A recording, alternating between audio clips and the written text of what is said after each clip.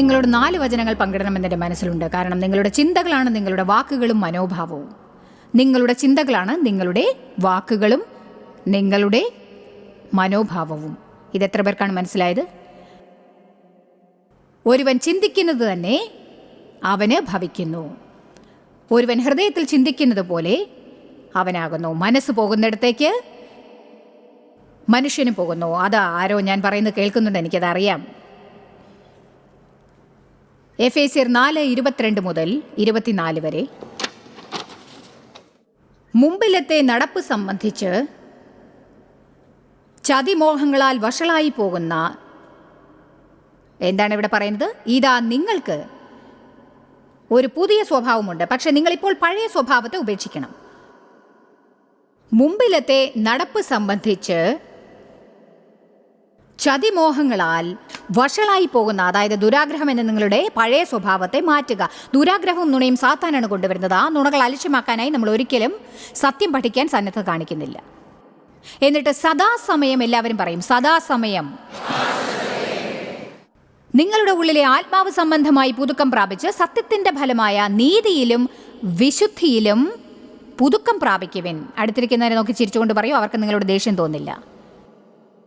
നിങ്ങളുടെ മനോഭാവം പുതുപ്പിക്കുക.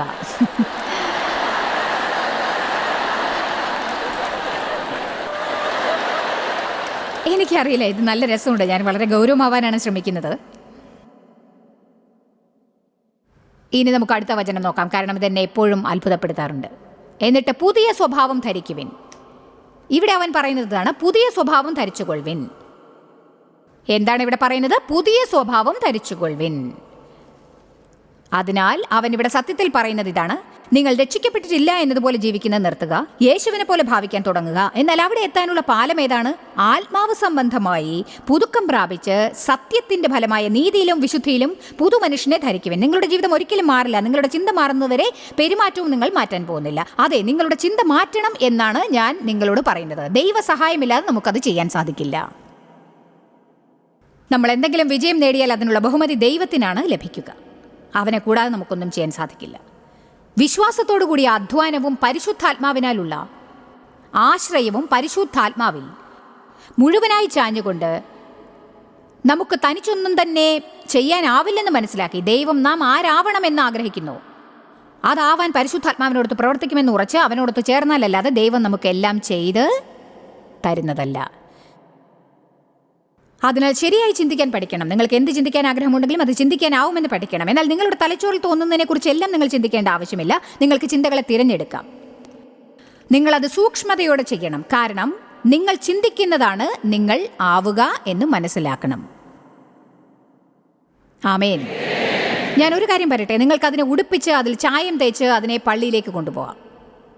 ക്രിസ്തീയ സുഹൃത്തുക്കളോടൊത്ത് നിങ്ങൾക്ക് ഉച്ചത്തിൽ ആർത്ത് ഘോഷിക്കാം. പക്ഷേ നിങ്ങളുടെ ഹൃദയത്തിലുള്ളത് ദൈവത്തിനറിയാം. അടഞ്ഞ വാതിലിനുള്ളിൽ നടക്കുന്നതെല്ലാം ദൈവം കാണുന്നുണ്ട്. നമ്മുടെ മനസ്സ് മറ്റുള്ളവർക്ക് കാണാവുന്ന ഒരു മൂവി സ്ക്രീൻ ആയാൽ എങ്ങനെയുണ്ടാവും? നിങ്ങൾക്ക് അങ്ങനെ തോന്നുമെന്ന് ഞാൻ കരുതി.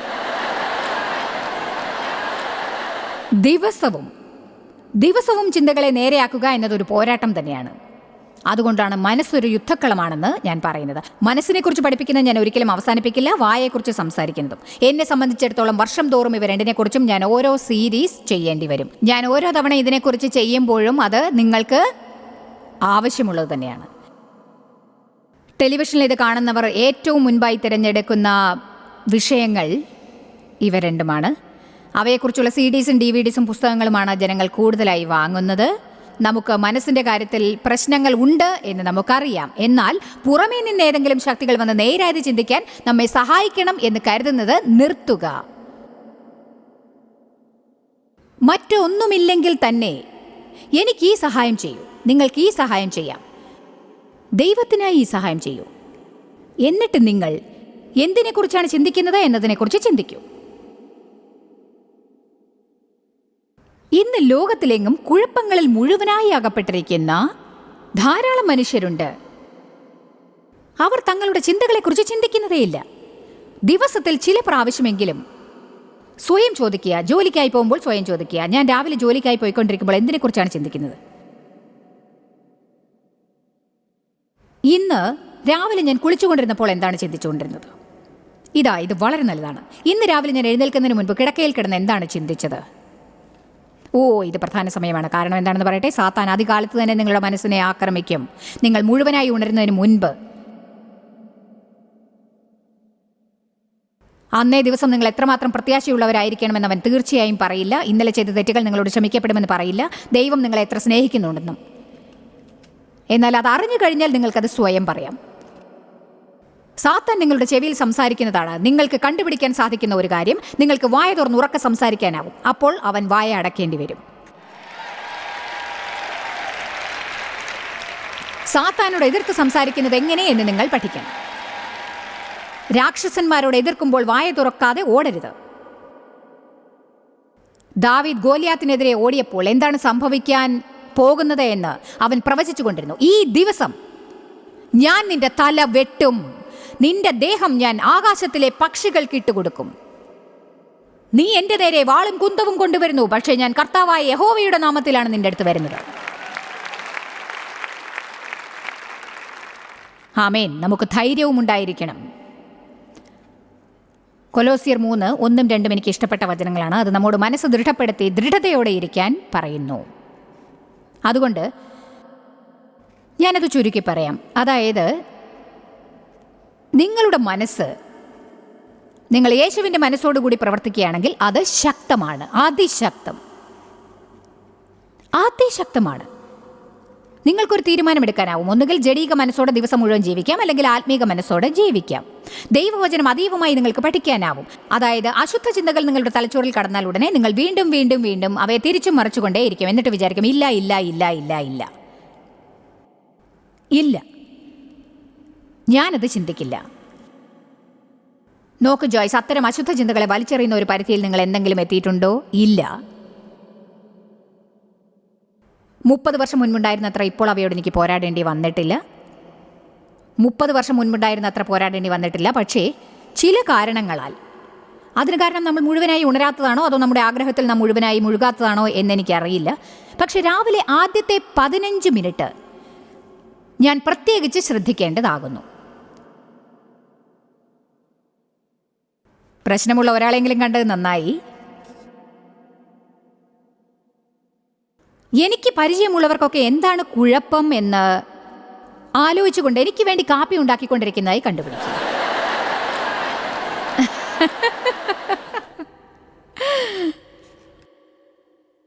അതെ,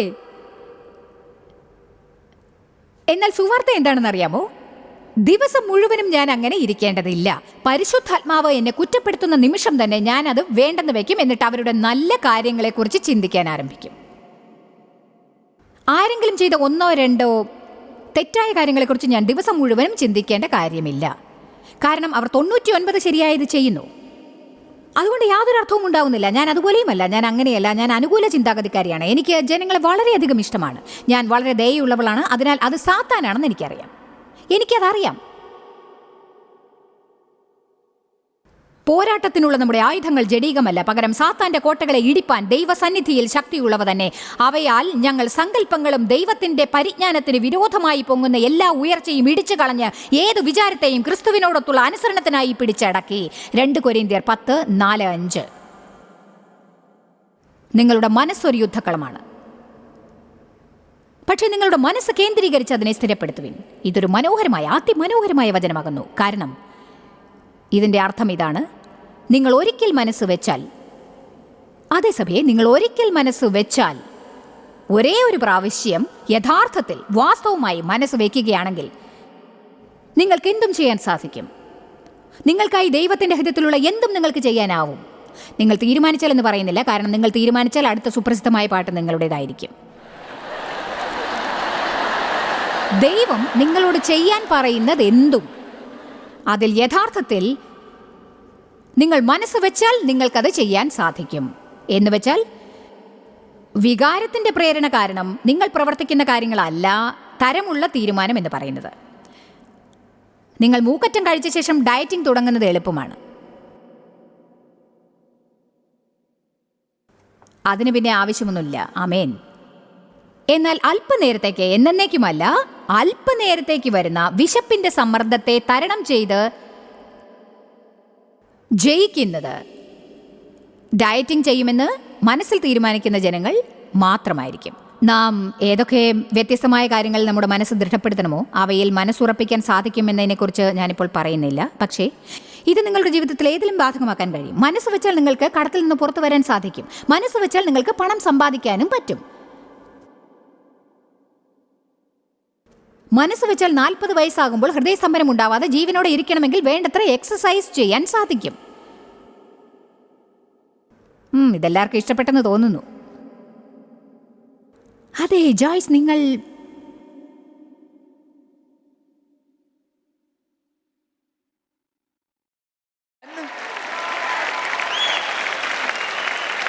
നിങ്ങൾക്ക് പൊരുത്തപ്പെടാനാവാത്ത ചിലരോട് പൊരുത്തപ്പെടുന്നത് എങ്ങനെ എന്ന് പഠിക്കാൻ സാധിക്കും. ഹല്ലേലൂയ. ഞാൻ എന്നേക്കാൾ വ്യത്യസ്തനായ ഒരാളെ വിവാഹം കഴിച്ചിട്ട് 43 വർഷങ്ങളായി എന്ന് നിങ്ങൾക്കറിയാമോ? ഞങ്ങൾ വ്യത്യസ്തരാണ്. ഡേവും ഞാനും വ്യത്യസ്തരാണ്. അതായത് അദ്ദേഹത്തിന് സ്പോർട്സ് ഇഷ്ടമാണ്, എനിക്ക് സ്പോർട്സിനെ കുറിച്ച് യാതൊരു താല്പര്യമില്ല. തുള്ളിച്ചാടി ഉരുണ്ടു പോകുന്നത് എന്തും ഡേവിന് ഇഷ്ടമാണ്. ഞാൻ പറയുന്നത് നിങ്ങൾ കേട്ടല്ലോ. അതായത് ഇവിടെയുള്ളവർ എന്ത് സ്പോർട്സാണ് കളിക്കാറെന്ന് നിങ്ങൾക്കറിയാമോ? എനിക്കതറിയില്ല. പൊരുത്തപ്പെടാനാവാത്തവർക്ക് വിവാഹിതരാവാൻ സാധ്യമല്ലെങ്കിൽ ഞങ്ങളുടെ ബന്ധം 3 ആഴ്ചയ്ക്ക് മേൽ നീണ്ടുപോകില്ലായിരുന്നു. അതിനാൽ നിങ്ങൾ മനസ്സിൽ തീരുമാനമെടുക്കണം. നിങ്ങളിൽ എത്ര പേർക്കാണ് ചില കാര്യങ്ങൾ മനസ്സുറപ്പിക്കാനാവുക? നിങ്ങൾക്ക് ഏതുതരം അടിമത്വത്തെയും അതിജീവിക്കാനാവും. ഏതുതരം ശീലത്തെയും തകർന്ന ഭൂതകാലത്തെയും ദൈവത്തോടൊത്താണെങ്കിൽ തരണം ചെയ്ത് ഇങ്ങനെ പറയാനാവും, ഇതാണ് എനിക്ക് സംഭവിച്ചിരിക്കുന്നത്, പക്ഷേ ദൈവം എൻ്റെ പക്ഷത്താകുന്നു. റോമർ 12:2 ഈ വചനം നമുക്കെല്ലാം സുപരിചിതമായിരിക്കുമെന്ന് എനിക്ക് തോന്നുന്നു. ഇതിൽ പറയുന്നു, ഈ ലോകത്തിന് അനുരൂപരാവാതെ മനസ്സ് മുഴുവനായി പുതുപ്പിച്ച് മുഴുവനായി മാറ്റി നിങ്ങൾ രൂപാന്തരപ്പെടേണ്ടതാണ് എന്ന്. നിങ്ങളുടെ മനസ്സ് മാറ്റണം, നിങ്ങളുടെ മനോഭാവം മാറ്റണം. നന്മയും പ്രസാദവും പൂർണ്ണതയുമുള്ള ദൈവഹിതം ഇന്നതെന്ന് തിരിച്ചറിയേണ്ടതിന് മനസ്സ് പുതുക്കി രൂപാന്തരപ്പെടുവിൻ. ദൈവം ഇസ്രായേല്യർക്കായി വാഗ്ദത്ത ദേശത്തെല്ലാം നൽകുകയുണ്ടായി. പക്ഷേ അവർ ഒരിക്കലും അത് തെളിയിക്കാതിരുന്നു. അവർക്കതൊരിക്കലും അനുഭവിക്കാൻ കഴിഞ്ഞില്ല, കാണാനായില്ല, ഉപയോഗിക്കാനായില്ല. അതിനവർ മരുഭൂമിയിലായിരിക്കുമ്പോൾ തന്നെ തങ്ങളുടെ മനസ്സ് നേരെയാക്കണമായിരുന്നു. നിങ്ങളുടെ യാത്രയിൽ നിങ്ങൾ എവിടെയാണ്? നിങ്ങളുടെ മനോഭാവം എത്ര ദൈവീകമാണ്? ആരെങ്കിലും നിങ്ങളെ വേദനിപ്പിക്കുമ്പോൾ എത്ര വേഗത്തിൽ അവർക്ക് മാപ്പ് കൊടുക്കും? എത്ര പെട്ടെന്നാണ് നിങ്ങൾ നീരസപ്പെടാറ്? നിങ്ങൾ എങ്ങനെയുള്ള ദാതാവാണ്? ഇന്ന് ഞാൻ കാണിക്കയെക്കുറിച്ച് സംസാരിച്ചപ്പോൾ നിങ്ങളുടെ മനോഭാവം എങ്ങനെയുള്ളതായിരുന്നു? അതോ ദാനത്തെക്കുറിച്ച് നിങ്ങൾക്ക് ആവേശം തോന്നിയോ? ഇസ്രായേലിയർക്കുണ്ടായ ആദ്യത്തെ മോശമായ മനോഭാവം വളരെ ഖേദകരമായ ഒരു മനോഭാവമായിരുന്നു. അത് അവരുടെ ഭാവിയിലെ എല്ലാ കാര്യങ്ങളും തീരുമാനിച്ചത് അവരുടെ ഭൂതകാലത്തിൻ്റെ അടിസ്ഥാനത്തിലാണ്. അവർക്ക് അടിമത്വത്തിൻ്റെ മനോഭാവം ഉണ്ടായിരുന്നു. അവരുടെ മനോഭാവം സഹതാപകരമായിരുന്നു എന്ന് തോന്നുന്നു. മിസ്രയീമിൽ വിലമതിപ്പുള്ള ഒന്നുമില്ലാതിരുന്നിട്ടും അവർക്ക് അങ്ങോട്ട് തിരിച്ചു പോകണമെന്നായിരുന്നു ആഗ്രഹം. തങ്ങളെ അവിടെ നിന്ന് രക്ഷിക്കണമേ എന്ന് വർഷങ്ങളോളം അവർ ദൈവത്തോട് പ്രാർത്ഥിച്ചു. എന്നിട്ട് അവർ എല്ലാ പ്രയാസങ്ങളും നേരിടേണ്ടി വന്നപ്പോൾ അവർക്ക് തിരിച്ചു പോകണം എന്ന് തോന്നി. അവർക്ക് സ്വപ്നമില്ലായിരുന്നു. അവരുടെ ജീവിതത്തിനായി അനുകൂലമായ ദർശനമില്ലായിരുന്നു. അവരെവിടെയായിരുന്നെന്ന് അവർക്കറിയാം, അവർ എവിടെയാണെന്നും അറിയാം. അവ രണ്ടും അവർക്ക് ഇഷ്ടമല്ലായിരുന്നു. നിങ്ങളിൽ എത്ര പേർക്കാണ് എവിടെയായിരുന്നു എന്നും അതിനെക്കുറിച്ച് കാര്യമാക്കാതെയും ഇരിക്കുന്നത്? ഇപ്പോൾ നിങ്ങൾ എവിടെയാണെന്നും അവിടെ ചില നല്ല മാറ്റങ്ങൾ കാണണമെന്നും ആഗ്രഹമില്ലേ? പക്ഷെ നിങ്ങൾക്കൊരു സ്വപ്നം ഉണ്ടായിരിക്കേണ്ടതാണ്. നിങ്ങൾക്കൊരു ദർശനം ഉണ്ടാവണം. നിങ്ങൾ കണ്ടതിൽ നിന്ന് മറ്റൊന്ന് കാണാനുള്ള കഴിവുണ്ടാവണം. നിങ്ങളുടെ അനുഭവത്തിൽ നിന്ന് വ്യത്യസ്തമായ ഒന്ന്. ദൈവവചനത്തിൽ നോക്കി നിങ്ങൾ ഇങ്ങനെ പറയണം, എനിക്കും ഇത് സംഭവിക്കും, എനിക്കും ഇത് സംഭവിക്കും. ഇത് മറ്റാർക്കെങ്കിലും സംഭവിച്ചാൽ എനിക്കും ഇത് സംഭവിക്കും. ദൈവം ജനങ്ങളെ ആദരിക്കുന്നവനല്ല. ജോയ്സിനെ അവന് മാറ്റാമെങ്കിൽ എന്നെയും അവന് മാറ്റാൻ സാധിക്കും. അവൻ ആരെങ്കിലും മാറ്റാനാവുമെങ്കിൽ എന്നെയും മാറ്റാനാവും. ആമേൻ. അത് മറ്റാർക്കെങ്കിലും വേണ്ടിയാണെന്ന് ഒരിക്കലും ചിന്തിക്കരുത്. എന്നിട്ട് നിങ്ങൾ വേണമെന്ന് ആഗ്രഹിക്കുന്നത് ലഭ്യമാക്കിയവരോട് അസൂയ തോന്നിക്കൊണ്ടിരിക്കാൻ തുനിയരുത്. ഞാൻ അതിൽ തന്നെ ഇരിക്കാൻ പ്ലാൻ ചെയ്യുകയാണ്. അതിനെക്കുറിച്ച് നമ്മൾ വൻതോതിൽ ശനിയാഴ്ച രാവിലെ ചിന്തിക്കാൻ പോവുകയാണ്. സങ്കീർത്തനം 27:14 ദാവീദ് എന്താണ് ഇവിടെ പറഞ്ഞിരിക്കുന്നത് നോക്കാം. ഞാൻ ജീവനുള്ളവരുടെ ദേശത്ത് യഹോവയുടെ നന്മ കാണുമെന്ന് വിശ്വസിച്ചില്ലെങ്കിൽ എനിക്ക് ഹാ കഷ്ടം. പ്രത്യാശയില്ലായ്മ അതാണ് ജീവിതത്തിൽ എത്തിച്ചേരുന്ന ഏറ്റവും മോശമായ സ്ഥലം എന്ന് പറയാം. പ്രത്യാശയില്ലായ്മ അതിഘോരമാണ്. ലോകത്തിലെ വിവിധ സ്ഥലങ്ങളിൽ ദാരിദ്ര്യം അനുഭവിച്ചും വിശന്നും സ്വന്തം മക്കളെ പോറ്റാൻ വഴിയില്ലാതെയും പ്രത്യാശയില്ലായ്മയിൽ ജീവിക്കുന്ന എത്രയോ സ്ത്രീകളെ ഞാൻ നേരിട്ട് കണ്ടിട്ടുണ്ട്. അവരുടെ പ്രത്യാശയില്ലാത്ത നോട്ടം ഞാൻ കണ്ടിട്ടുണ്ട്. അത് ഭീകരമാണ്, തികച്ചും ദയനീയമാണത്. പ്രത്യാശയില്ലായ്മ ഹൃദയത്തെ രോഗബാധിതമാക്കുന്നു. യാതൊരു പ്രത്യാശയുമില്ലെങ്കിൽ നിങ്ങളുടെ എല്ലാ കാര്യങ്ങളും താളം തെറ്റുന്നു, അല്ലേ? പക്ഷേ റോമർ 4 പറയുന്നത് എനിക്കിഷ്ടമാണ്. 18 വാക്യം അബ്രഹാമിനെ കുറിച്ചുള്ളതാണ്. ദൈവം അബ്രഹാമിനെ അയാൾക്ക് പരിചയമുള്ള എല്ലാറ്റിൽ നിന്നും പുറത്തു കൊണ്ടുവന്നു. കാരണം അയാളെ കൊണ്ട് ചിലത് ചെയ്യിക്കാൻ ദൈവം ആഗ്രഹിച്ചു. ചിലപ്പോൾ ദൈവം നിങ്ങളിൽ നിന്ന് ആഗ്രഹിക്കുന്നത് നടപ്പിലാക്കുവാൻ വേണ്ടി നിങ്ങളുടെ ജീവിതത്തിലെ ചില സ്വാധീനങ്ങളെ അവൻ എടുത്തു മാറ്റുന്നതായിരിക്കും.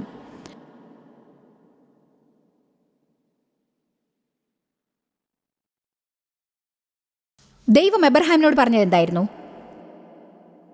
നിന്റെ പിതാവിന്റെ ഗൃഹത്തെയും ചാർച്ചക്കാരെയും പരിചയക്കാരെയും ഉപേക്ഷിക്കണം. എന്തുകൊണ്ട്? ബൈബിൾ വായിച്ചാൽ മനസ്സിലാകും, അവർ വിഗ്രഹാരാധകരായിരുന്നു. ദൈവം ഒരു പദ്ധതി ഒരുക്കിയിരുന്നു. അയാളിൽ പ്രവർത്തിക്കാൻ ദൈവം ആഗ്രഹിച്ചു. നിങ്ങൾ ആരോടത്താണ് സമയം ചിലവാക്കുന്നത്, ആരുമായി കൂട്ടുകൂടുന്നു എന്നത് പ്രധാനമാണ്. ഒരു അവിശ്വാസിയുടെ കൂടെ ഒരിക്കലും കൂടരുതെന്നല്ല പറയുന്നത്. സത്യം പറഞ്ഞാൽ നമ്മൾ അവിശ്വാസികളുടെ കൂടെയാണ് ഇരിക്കേണ്ടത്. പക്ഷേ അവരെ നിങ്ങൾ ബാധിക്കണം. നിങ്ങൾ അവരാൽ ബാധിക്കപ്പെടാൻ പാടില്ല. എപ്പോഴാണ് അത് മതി എന്ന് ഉറച്ചു നിന്ന് പറയാൻ സമയം എന്ന് നിങ്ങൾ അറിയണം. നിങ്ങളുടെ ചെറിയ മതസംഘങ്ങൾക്കുള്ളിൽ ഒളിച്ചിരുന്ന ലോകത്തെങ്ങുമുള്ള അശരണരുടെ അടുത്തേക്ക് എത്താതിരിക്കുന്നിടത്തോളം ദൈവം നിങ്ങളിൽ നിന്ന് ആഗ്രഹിക്കുന്നതല്ല അതെന്നറിയണം. എന്നാൽ അബ്രഹാമിനെ പറ്റി ബൈബിൾ പറയുന്നത് എനിക്കിഷ്ടമാണ്. അവൻ പലതിലൂടെയും കടന്നു.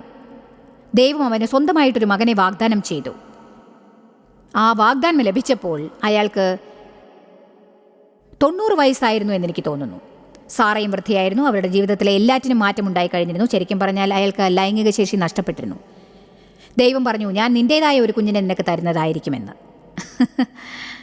അബ്രഹാം ചിരിച്ചു, വിശ്വാസത്തിൻ്റെ ചിരി. പക്ഷെ സാറ ചിരിച്ചത് അവിശ്വാസത്തിൻ്റെയും സംശയത്തിൻ്റെയും ചിരിയായിരുന്നു. ദൈവത്തിൻ്റെ വാഗ്ദാനത്തെക്കുറിച്ച് ചിന്തിക്കുമ്പോൾ വേദപുസ്തകം പറയുന്നു, നിങ്ങൾക്ക് അസാധ്യമാണെന്ന് തോന്നുന്നവ സാധ്യമാകുന്നതായിരിക്കുമെന്ന്. നിങ്ങൾ വിശ്വാസത്തിൻ്റെ ചിരി ചിരിച്ചുകൊണ്ട് നിങ്ങൾ പറയുമോ, ഇത് നല്ല രസമായിരിക്കും, ഇത് സംഭവിക്കുന്നത് കാണാനായി കാത്തിരിക്കുന്നത് നന്നായിരിക്കും? അതോ നിങ്ങൾ പറയുമോ, ഹോ നല്ലതൊക്കെ മറ്റുള്ളവർക്ക് നടക്കുമായിരിക്കും, എനിക്കല്ല? ദൈവം സംസാരിച്ച ശേഷം അബ്രഹാം 20 വർഷം കാത്തിരുന്നു. നീണ്ട 20 വർഷങ്ങൾ കാത്തിരുന്നു. റോമർ 4 പറയുന്നത് എന്താണെന്നാൽ, നിന്റെ സന്തതി ഇവണ്ണം ആകുമെന്ന് അരുളി ചെയ്തിരിക്കുന്നത് പോലെ താൻ ബഹുജാതികൾക്ക് പിതാവാകുമെന്ന് അവൻ ആശയ്ക്ക് വിരോധമായി ആശയോടെ വിശ്വസിച്ചു. നിങ്ങൾക്ക് ജോലി നഷ്ടപ്പെട്ടുവോ? നിങ്ങൾ സ്നേഹിക്കുന്ന ആരെങ്കിലും കുടുംബത്തിൽ നിന്ന് നഷ്ടപ്പെട്ടുവോ? അഥവാ നിങ്ങൾ ശിഥിലമായ ഒരു ബന്ധത്തിൻ്റെ സന്തതിയാണോ? കുട്ടിക്കാലത്ത് നിങ്ങൾ പീഡനത്തിനിരയായോ? എന്തായാലും ജീവിതത്തിൽ കഠിനമായ സമയങ്ങൾ ഉണ്ടായിരുന്നു. നിങ്ങൾ രോഗിയാണോ? അതോ രോഗവും ക്ഷീണവും കാരണം നിങ്ങൾ രോഗികളും ക്ഷീണിതരുമായി തീർന്നിട്ടുണ്ടോ? പ്രത്യാശ കൈവിടരുത്. നിങ്ങൾക്ക് പ്രത്യാശയ്ക്കൊട്ടും വകയില്ലെങ്കിൽ നിങ്ങൾ പ്രത്യാശിക്കണം. നിങ്ങളുടെ മോശമായ പരിസ്ഥിതിയെ നോക്കി പറയൂ, എനിക്ക് പ്രത്യാശയ്ക്കൊട്ടും വഴിയില്ല. പക്ഷെ നിങ്ങളുടെ പരിസ്ഥിതിയുടെ നേരെ തുറിച്ചു നോക്കാതെ, നിങ്ങളുടെ പരിസ്ഥിതിയുടെ നേരെ നോക്കി യേശുവിങ്കിലേക്ക് തുറിച്ചു നോക്കൂ. ചിന്തകളെ വ്യതിചലിപ്പിക്കുന്ന എല്ലാറ്റിൽ നിന്നും ശ്രദ്ധ തിരിച്ച് നിങ്ങളുടെ വിശ്വാസത്തിന്റെ ആദിയും അന്തവുമായ യേശുവിങ്കിലേക്ക് നോക്കൂ. പ്രശ്നങ്ങളെക്കുറിച്ച് നാം കൂടുതലായി ശ്രദ്ധിച്ച് കൂടുതലായി അവയെക്കുറിച്ച് സംസാരിക്കുന്നു. ആമേൻ. അവരുടെ ഭൂതകാലമാണ് അവരുടെ ഭാവിയെ തീരുമാനിക്കുന്നത് എന്നായിരുന്നു അവർ കരുതിയത്. അങ്ങനെ അവൻ വഴിയില്ല. അവർ എന്ത് കാണുന്നു, അവർക്ക് എന്തറിയാമെന്നതിനെ അടിസ്ഥാനപ്പെടുത്തിയാണ് എല്ലാം. വിശ്വാസത്തിൻ്റെ കാഴ്ചപ്പാടില്ലായിരുന്നു. എന്നിട്ടും ബൈബിൾ പറയുന്നു, യെശയ്യാവ് 11:3 യേശു തൻ്റെ ദൃഷ്ടിയാലോ കണ്ണുകളാലോ കേൾക്കുന്ന ചെവികളാലോ അല്ല ന്യായം വിധിച്ചത് എന്ന്. യേശുവിന് തികച്ചും വ്യത്യസ്തമായിട്ടൊന്നും ഉണ്ടായിരുന്നു. നാം ദൈവത്തിൻ്റെ ആത്മാവിനോടൊത്ത് നമ്മുടെ ആത്മാവിനെയും ഒരുക്കി വെക്കണം. നമ്മൾ ആത്മീക സാധ്യതകളെക്കുറിച്ച് കൂടുതൽ പഠിക്കണം. അല്ലാതെ നാം എന്ത് കാണുന്നു, എന്ത് കേൾക്കുന്നു, എന്ത് ചിന്തിക്കുന്നു, എന്ത് അറിയുന്നു എന്നതിനെക്കുറിച്ച് കുറച്ചേ പഠിക്കാവൂ. ദൈവം ആത്മാവാണ്. അവൻ നമ്മുടെ ആത്മാവിൽ നമ്മെ കൈകാര്യം ചെയ്യുന്നു. ചിലപ്പോൾ എൻ്റെ ആത്മാവിൽ ഞാൻ ചെയ്യേണ്ടതും ചെയ്യാതിരിക്കേണ്ടതുമായ പല കാര്യങ്ങളും തോന്നാറുണ്ട്. അത് ശരിയാണ് എന്നറിയാം, അഥവാ അത് ഞാൻ ചെയ്യാതിരുന്നാൽ ശരിയാവില്ല എന്നും അറിയാം. എൻ്റെ തലച്ചോർ വാദിക്കുമായിരിക്കും. എന്നാൽ അത് ഒഴിവാക്കാനായി എനിക്ക് പലതരത്തിലുള്ള ഒഴിവ് കഴിവുകൾ കണ്ടുപിടിക്കാൻ സാധിക്കും. പക്ഷേ ദൈവാത്മാവിനെ പിന്തുടരാതിരിക്കുമ്പോൾ നമുക്കൊരുവിധം മനപ്രയാസം ഉണ്ടാവും. വനാന്തരത്തിലും നമുക്ക് മനപ്രയാസം ഉണ്ടാകുന്നതാണ്. ഒരേ മലയ്ക്ക് ചുറ്റും വീണ്ടും വീണ്ടും കറങ്ങിക്കൊണ്ടേയിരിക്കും. അല്ലെങ്കിൽ നേരായി ചിന്തിക്കുന്നത് എങ്ങനെയെന്ന് പഠിക്കാനാവും. നേരായ ദിശയിലേക്ക് മനസ്സുറപ്പിക്കാൻ നമുക്ക് സാധിക്കും. എന്നിട്ട് ഇങ്ങനെ പറയാം, ഞാൻ വാഗ്ദത്ത ദേശത്തേക്ക് പോവുകയാണ്, അതിനെക്കുറിച്ച് സംസാരിച്ച് ഞാൻ എൻ്റെ ജീവിതം പാഴാക്കില്ല, ഞാൻ അങ്ങോട്ട് പോവുകയാണ്, ഞാൻ അവിടെ ജീവിക്കാൻ പോകുന്നു. എന്നിട്ട് ദൈവത്തിൻ്റെ സഹായത്താൽ യേശു എനിക്ക് തരാനായി മരിച്ച് ഉണ്ടാക്കിയതെല്ലാം ഞാൻ നേടും. ആമേൻ. വേദപുസ്തകത്തിലെ എല്ലാ വചനങ്ങളും കഴിഞ്ഞുപോയവയെ ഉപേക്ഷിച്ച് മുന്നിലേക്കുള്ള നല്ല കാര്യത്തിനായി തള്ളിക്കയറുക. ഇതുപോലെ ധാരാളം വചനങ്ങൾ ബൈബിളിലുണ്ട്. നിങ്ങളിവിടെ ഇരിക്കുന്നുണ്ടെങ്കിൽ ഈ വചനങ്ങൾ നിങ്ങൾക്ക് അറിയില്ലെങ്കിൽ അതേതാണെന്ന് എഴുതിയെടുക്കാം. യെശയ്യാവ് 43:18-19. ബൈബിളിൽ ഇത് കണ്ടുപിടിച്ച് വായിക്കൂ. സാരമില്ല, ഞാനിത് നിങ്ങൾക്ക് കാണാൻ വേണ്ടി സ്ക്രീനിൽ കാണിക്കാൻ പോവുകയാണ്. യെശയ്യാവ് 43:18-19.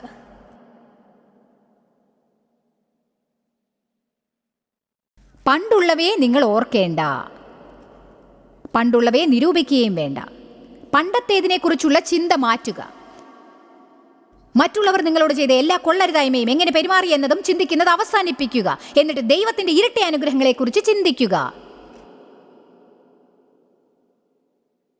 പണ്ടത്തെ കഷ്ടപ്പാടുകൾക്ക് ഇരട്ടി പ്രതിഫലം. അതിന് ദൈവത്തോട് തിരിക്കണം. നമുക്ക് ബാക്കിയും കൂടി നോക്കാം. ഞാനിതാ പുതിയതൊന്ന് ചെയ്യുന്നു. ഞാൻ ചെയ്തേക്കാം എന്നല്ല, ചെയ്യുമായിരുന്നു എന്നുമല്ല. ഇതാ ഞാൻ പുതിയതൊന്ന് ചെയ്യുന്നു, അതിപ്പോൾ ഉത്ഭവിക്കും. നിങ്ങളത് അറിയുകയില്ല, അതിനെക്കുറിച്ചൊന്നും മനസ്സിലാക്കാനും സാധിക്കുകയില്ല. അതെ, ഞാൻ മരുഭൂമിയിൽ ഒരു വഴിയും നിർജ്ജന പ്രദേശത്ത് നദികളും ഉണ്ടാക്കും. എന്നാൽ ഇസ്രയേലിയർ അവരുടെ ചുറ്റുപാടുകൾ മാത്രമായിരുന്നു കണ്ടത്. അവർ മുറുമുറുത്തു, പിറുപിറുത്തു, പരാതി പറഞ്ഞു, കുറ്റം കണ്ടുപിടിച്ചു, പരാതി പറഞ്ഞു, കുറ്റം കണ്ടുപിടിച്ചു. ഇതുവരെ കണ്ടിട്ടില്ലാത്ത മറ്റുള്ളവരുടെ മേൽ കുറ്റം ചുമത്തി. അവർക്ക് മോശമായ ഒരു മനോഭാവം ഉണ്ടായിരുന്നു. മോശമായ മനോഭാവം. അതവരുടെ ശത്രുക്കളായിരുന്നില്ല. അത് കനാന്യരോ എബ്യൂസരോ ഹിത്യരോ മറ്റ് ശത്രുക്കളോ ആരുമായിരുന്നില്ല. അത് ബോസുമാരോ ഭർത്താക്കന്മാരോ ഭാര്യമാരോ കുട്ടികളോ ട്രാഫിക്കുകളോ പണത്തിൻ്റെ ഞെരുക്കമോ ഒന്നുമല്ല. അതവരുടെ മനോഭാവമായിരുന്നു. അത് നാറി. അതാണ് നിങ്ങളുടെ പ്രശ്നം എന്നെനിക്കറിയാം. നിങ്ങൾക്ക് ഈ പഠന CD തെറ്റായ മനോഭാവമുള്ള ആർക്കെങ്കിലും വേണ്ടി വാങ്ങിച്ചു കൊടുക്കാം. അല്ലെങ്കിൽ മോശമായ മനോഭാവമുള്ള കൂട്ടുകാർക്ക് വേണ്ടി വാങ്ങി ഈ വീക്കെൻഡിൻ്റെ ബാക്കി മീറ്റിങ്ങുകൾക്ക് അവരെ കൊണ്ടുവരാം. TV-യിൽ ഇത് കാണുന്നവർക്ക് മോശമായ മനോഭാവമുള്ള കൂട്ടുകാരെ വിളിക്കാം. എന്നിട്ട് അവരോട് നാളെ ഈ പ്രോഗ്രാം കാണാൻ പറയാം. കാരണം ഇപ്പോൾ തന്നെ ഇത് ആവശ്യമായ ഒരു 100 പേരെ കുറിച്ചെങ്കിലും നിങ്ങൾ തീർച്ചയായും ചിന്തിക്കുന്നുണ്ടാവും.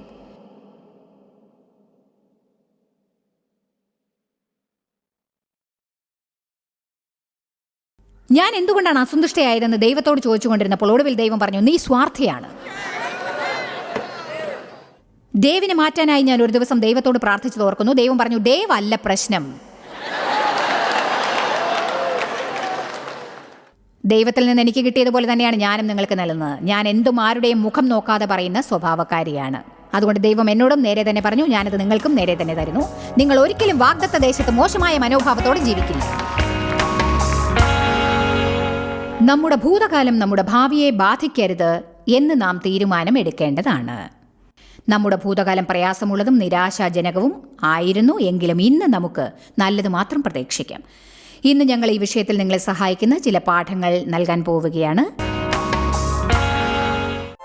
ജോയ്സ് മേയറുടെ ശുശ്രൂഷാ കേന്ദ്രത്തിൽ നിങ്ങൾ അറിഞ്ഞതിനേക്കാൾ നിങ്ങൾ ഞങ്ങൾക്ക് വളരെ പ്രിയപ്പെട്ടവരാണ്. ലോകം മുഴുവൻ ഈ ശുശ്രൂഷാ കേന്ദ്രത്തിൽ നടത്താൻ സഹായിച്ചതിൽ എല്ലാവർക്കും വളരെ നന്ദി. നമ്മൾ ഒരുമിച്ച് വിശക്കുന്നവർക്ക് ആഹാരം കൊടുക്കുന്നു, പാവപ്പെട്ടവർക്ക് വസ്ത്രങ്ങൾ കൊടുക്കുന്നു, എല്ലാ ദേശത്തേക്കും സന്ദേശങ്ങൾ അറിയിക്കുന്നു. ഞങ്ങൾ നിങ്ങളോട് അപേക്ഷിക്കുകയാണ്, ഞങ്ങളോട് ബന്ധപ്പെടുക. joycemeyer.org. നിങ്ങളുടെ പ്രാർത്ഥനകളും അപേക്ഷകളും പകർന്നുകൊള്ളാൻ, അതിനെപ്പറ്റി കൂടുതൽ അറിയുവാൻ, ജോയ്സിന്റെ പൊതുയോഗ വിവരപ്പട്ടിക ലോകം മുഴുവൻ ക്രിസ്തുവിന്റെ സ്നേഹം പകരാൻ ഞങ്ങളോട് പങ്കുചേരുക.